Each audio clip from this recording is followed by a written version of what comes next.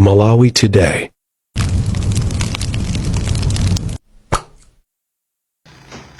I'm just waiting for you guys to come through. I'll wait for a little bit. I'm not here for long. I'm not here to say Zambili, so I'll not waste a lot of time. A few minutes, I'll speak, then yeah.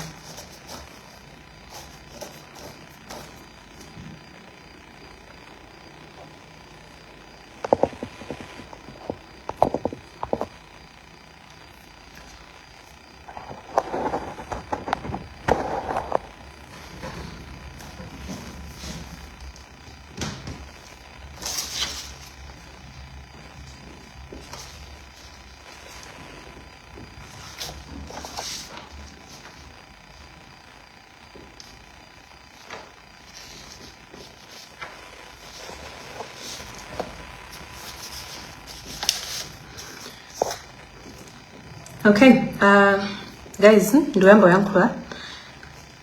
first of all, I hope you're all okay. I'm fine. So I want to address issue I think the past few days. I think maybe I don't know how many days. Yokudzanandi Mr. Virumbigo Mumba. Alright?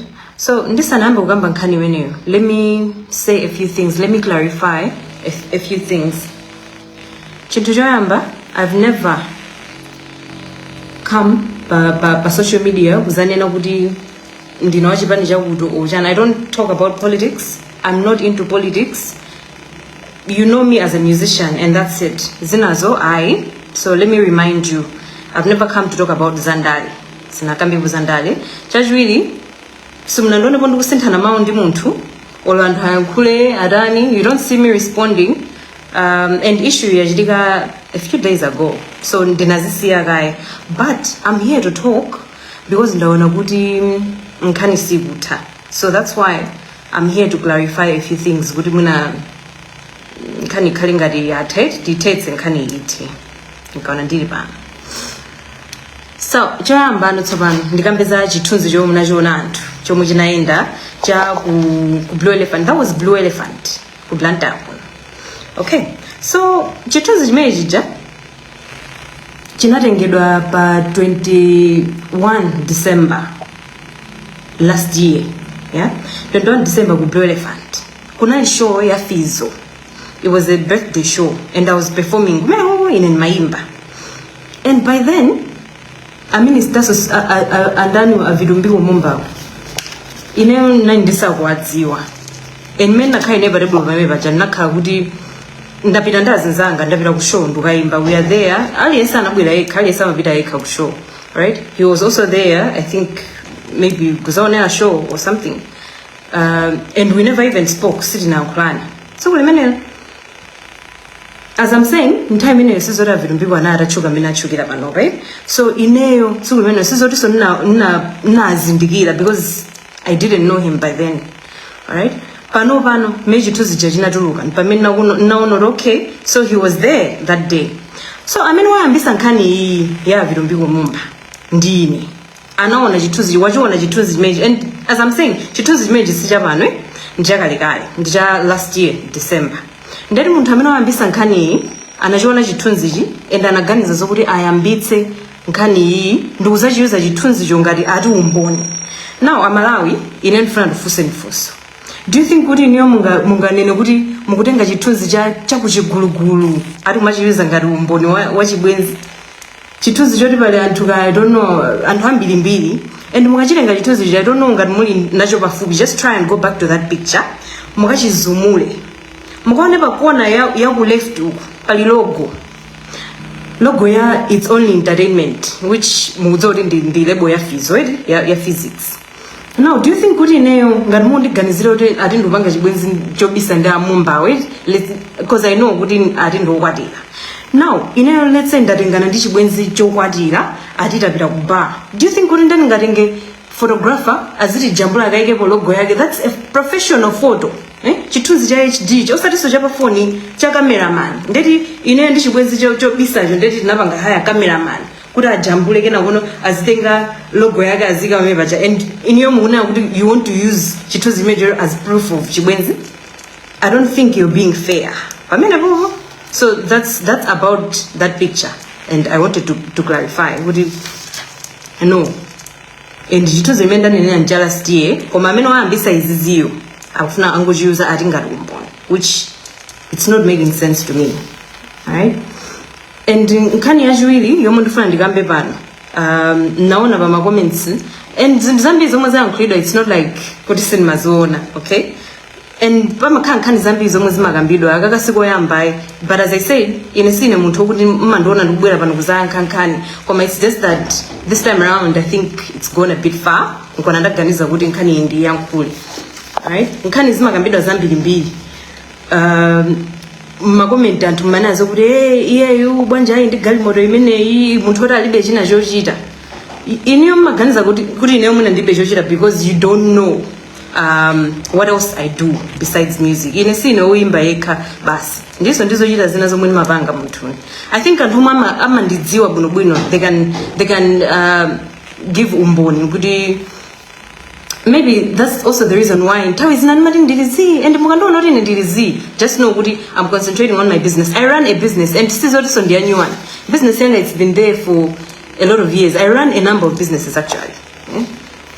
If you have your phone there, you can search for Serene Aesthetics. I'm a musician, I'm also a beautician, an aesthetician, a certified one. I went to school for this.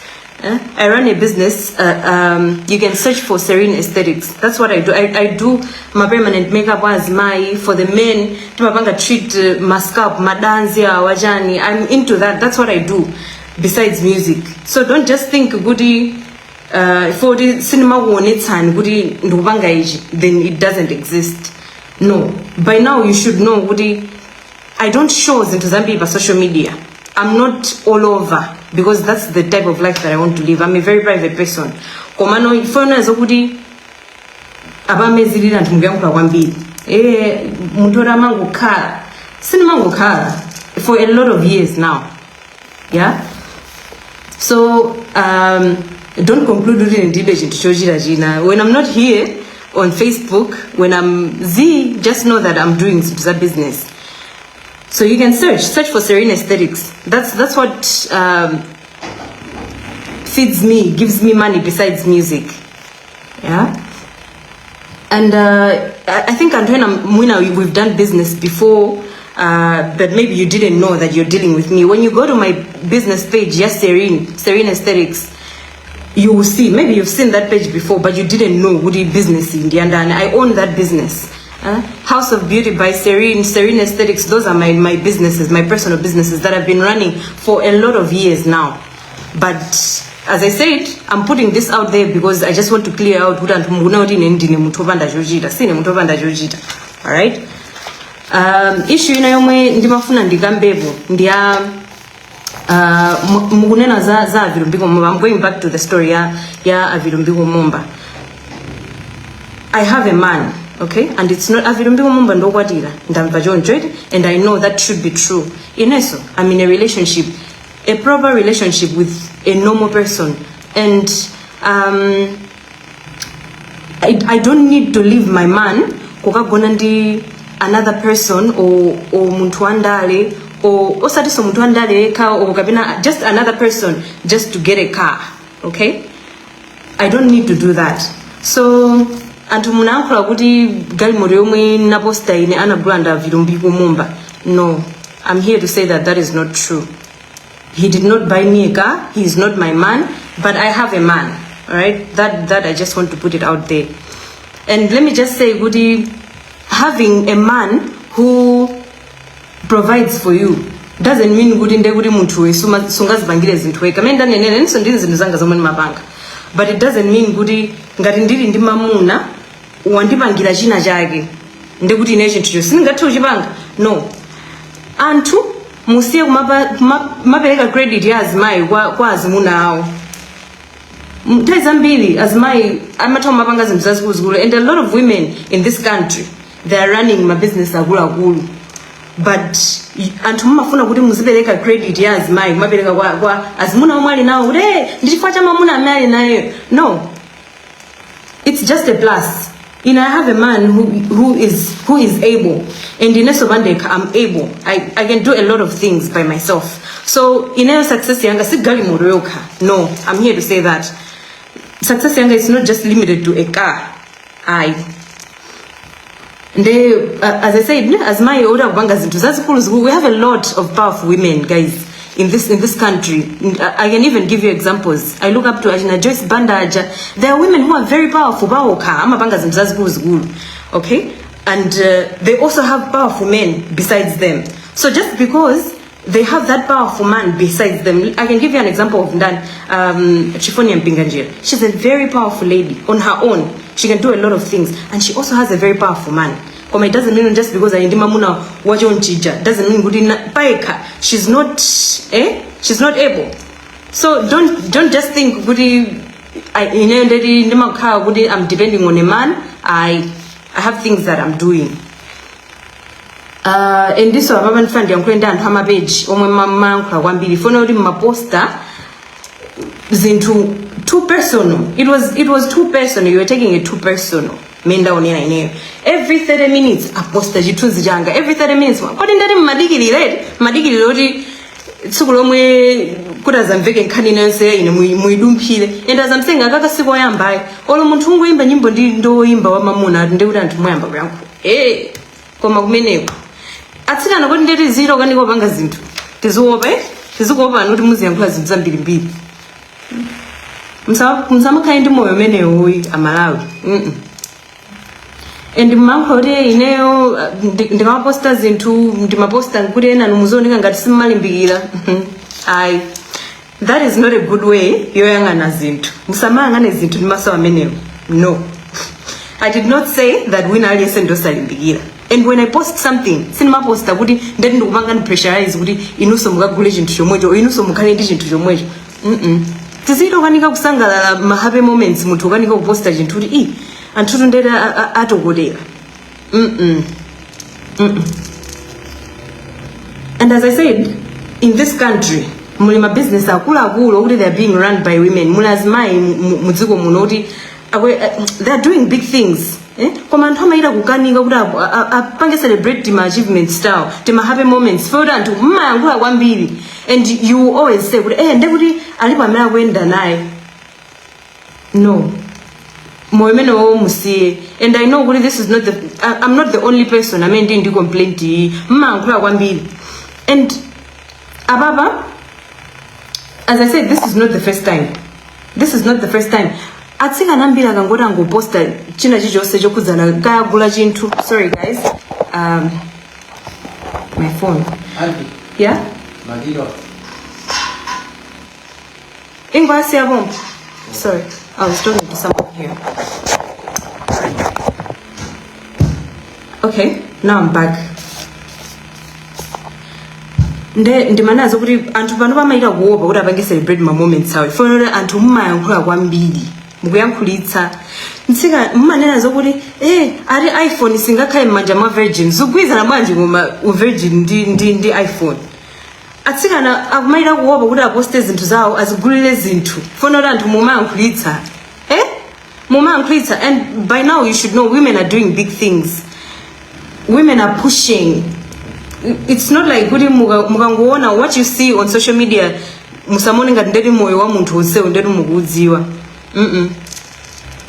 And anthu amene mmaona ngati just because mmangondoona pa social media but what I post there then you think you know my whole life. Moyo wanga onse sikuti mukudziwa just because mmandoona pa Facebook.